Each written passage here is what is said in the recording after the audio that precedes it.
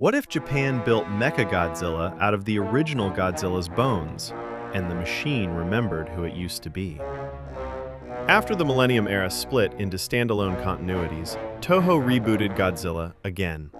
This time, the timeline keeps the original 1954 Godzilla attack and also ties back to Mothra, 1961, creating one of the most connected branches of the Millennium era.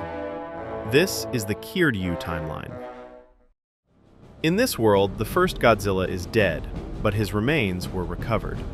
Then, in 1999, a new Godzilla appears at Tateyama, proving that the threat has returned. In response, Japan launches the Kiryu project, building Multi-Purpose Fighting System Type 3, Kiryu, a new Mechagodzilla constructed from the skeleton of the original 1954 Godzilla. And that's what makes this timeline different. Kiryu isn't just another anti-Godzilla weapon, he's literally built from Godzilla's past. So when the new Godzilla roars, Kiryu reacts, not like a machine, but like something remembering its former life.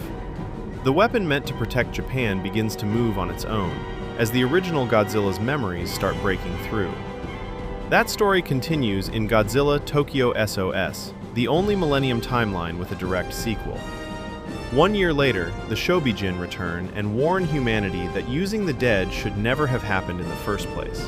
They argue that Kiryu's skeleton must be returned to the sea, and that Mothra will defend Japan if humanity lets the past rest. So this era becomes something bigger than just Godzilla versus Mechagodzilla.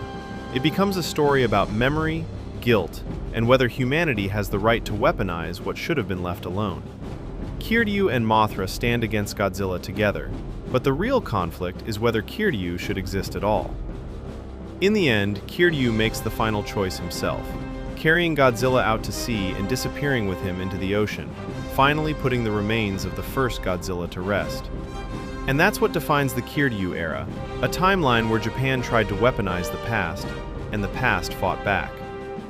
This timeline stands alone, a two-film saga built on the legacy of the original Godzilla, and one of the most emotionally connected branches in the Millennium era.